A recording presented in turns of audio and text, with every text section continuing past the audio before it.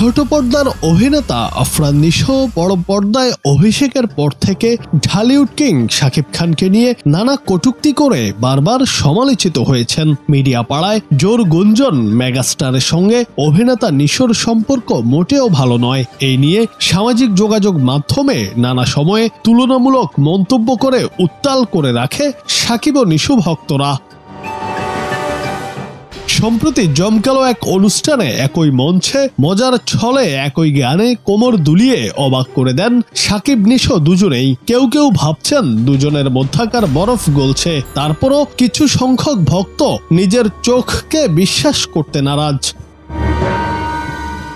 তবে মঙ্গলবার সন্ধ্যায় সব জল্পনা কল্পনার অবসান ঘটিয়ে পরিচালক রায়হান রাফির সামাজিক মাধ্যমের পোস্টে কাঁধে কাঁধ মিলিয়ে নজরে আসেন শাকিব ও নিশো। এতেই স্পষ্ট ধারণা পাওয়া যাচ্ছে শাকিব খান অভিনীত তাণ্ডব সিনেমায় থাকছেন আফরান নিশো।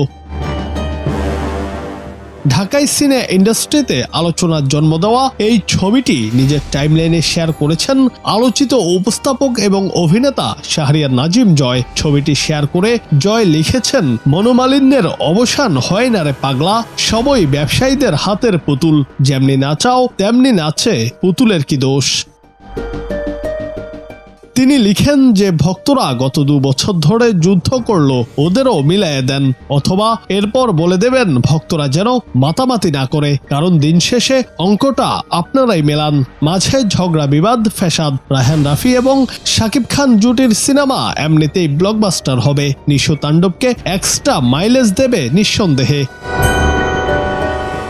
শুধু তাই নয়, ভবিষ্যতে নিশোর একক নায়ক হিসেবে করা সিনেমাগুলো রিস্কে পড়বে বলে আশঙ্কা প্রকাশ করেছেন জয়। এই ধরনের বিস্ফোরক মন্তব্যের প্রতিবাদে সামাজিক যোগাযোগ মাধ্যমে বেশ সমালোচিত হচ্ছেন তিনি।